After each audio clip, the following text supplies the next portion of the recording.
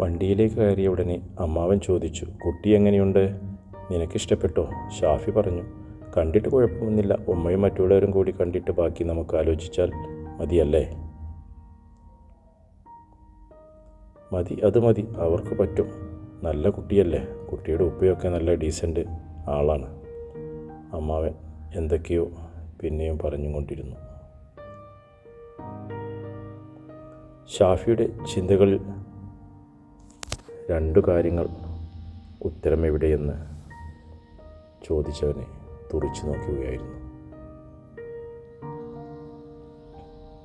ആദ്യത്തേത് ഫോട്ടോ കണ്ടപ്പോൾ സുറുമി പറഞ്ഞ വാക്കുകളും, രണ്ടാമത്തേത് അവളോട് തൻ്റെ വീട്ടുകാരെക്കുറിച്ച് പറഞ്ഞപ്പോൾ അവളുടെ മുഖത്ത് കണ്ട പെട്ടെന്നുള്ള ഭാവമാറ്റവും.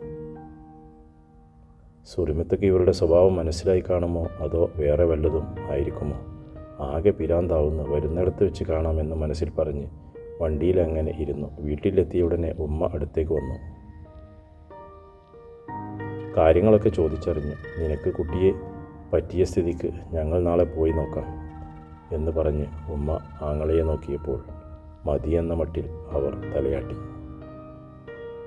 അന്ന് വൈകുന്നേരം ഓരോന്നാലോചിച്ചിരിക്കുന്ന ഷാഫിയുടെ അടുത്തേക്ക് ചായ കൊണ്ടുവന്ന സുറുമി ഷാഫി പറഞ്ഞു, ഇത്താ, അവളെ കണ്ടിട്ട് കുഴപ്പമൊന്നും തോന്നില്ല. എനിക്ക് പറ്റിയെന്ന് കരുതി ഒരിക്കലും നാളെ നിങ്ങൾ പോകുമ്പോൾ നിങ്ങൾ അവൾക്ക് കാണുന്ന കുറവുകൾ പറയാൻ മടിക്കരുത്. ഫോട്ടോയല്ലേ ഞങ്ങളും കണ്ടുള്ളൂ. ഞങ്ങൾ പോയി നോക്കട്ടെ. എനിക്ക് ആ കുട്ടിയെ കണ്ടപ്പോൾ നിനക്ക് യോജിക്കുന്നതെല്ലാം തോന്നി. കണ്ടു നോക്കിയാൽ എനിക്കത് ഉറപ്പിക്കാൻ കഴിയും. നീ പേടിക്കണ്ട. ഞാൻ ഇവിടെ ഉള്ളപ്പോൾ യോജിക്കുന്നത് മാത്രമേ ഞാൻ മതിയാവൂ എന്ന് പറയുന്ന സ്ഥിതിക്ക് വിശ്വാസമാണെങ്കിൽ ഷാഫിക്ക് അത് സ്വീകരിക്കാം. പെൺകുട്ടികളെ ഇഷ്ടപ്പെട്ടാൽ ഒന്നും ആലോചിക്കാതെ കഷ്ടപ്പെട്ടുണ്ടാക്കിയ മഹറും നൽകി വിവാഹം നടത്താൻ ഒരുങ്ങുന്ന ചിന്തകളൊക്കെ ആണുങ്ങളുടെ വീട്ടുകാർ മാറ്റാനിടയുണ്ട്. പെൺകുട്ടിയുടെ വീട്ടുകാർ ആൺകുട്ടികളെക്കുറിച്ച് അന്വേഷിക്കുന്നത് പോലെയും ജാഗ്രത കാണിക്കുന്നത് പോലെയും പെൺകുട്ടികളെക്കുറിച്ചും നമ്മളും ജാഗ്രത കാണിക്കണം. ഉമ്മയുടെയും ഉപ്പയുടെയും കണ്ണെത്തുന്ന ദൂരത്ത് നിർത്തി വളർത്തുകയും വളരുകയും ചെയ്ത പണ്ടത്തെ കുട്ടികളുടെ കാലമൊന്നുമല്ല ഇന്നുള്ളത്. നല്ലോണം ശ്രദ്ധിക്കണം. നമ്മുടെ ഷമീറിൻ്റെ അവസ്ഥ കണ്ടതല്ലേ എല്ലാവരും. നിങ്ങൾ പറഞ്ഞതാണ് ശരി. ആണിനും പെണ്ണിനും വിവാഹം എന്നത് നല്ലോണം ശ്രദ്ധിച്ച് ചെയ്യേണ്ട ഒന്നാണെന്ന് വിശ്വസിക്കുന്ന ഒരാളാണ് ഞാനും. എല്ലാവരും പറയുന്നതിനനുസരിച്ച് തലയാട്ടി കല്യാണം കഴിച്ചാൽ ഈ പറഞ്ഞവരും പറ്റിയവരും ഒന്നും കാണില്ല. സുഖങ്ങളും അതുപോലെ ദുഃഖങ്ങളിലും നമുക്ക് കഴിയുന്നത് പോലെ ശ്രദ്ധിക്കുക.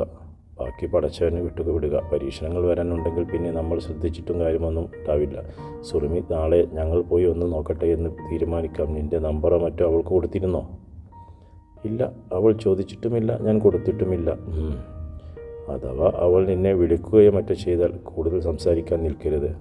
അവളെനിക്ക് വിളിക്കുമോ? എങ്ങനെ? ഞാൻ നമ്പർ കൊടുത്തിട്ടില്ല.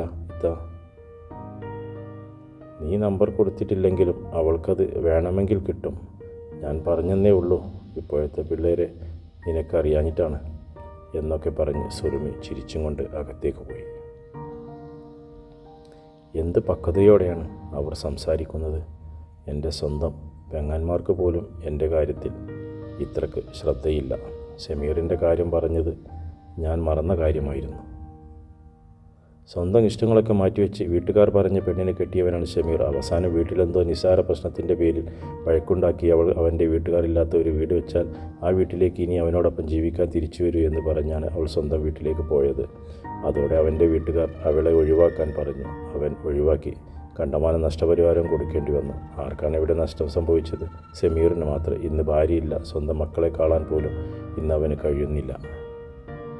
സുറുമിത്ത ആ വിഷയം പറഞ്ഞതിലൂടെ എന്നെ ഓർമ്മിപ്പിച്ചത് വീട്ടുകാർ മാത്രം പറയുന്നത് കേൾക്കാൻ നിൽക്കണ്ട എന്നും ഈ കാര്യത്തിൽ സ്വന്തമായി അഭിപ്രായങ്ങൾ വേണമെന്നുമായിരുന്നു.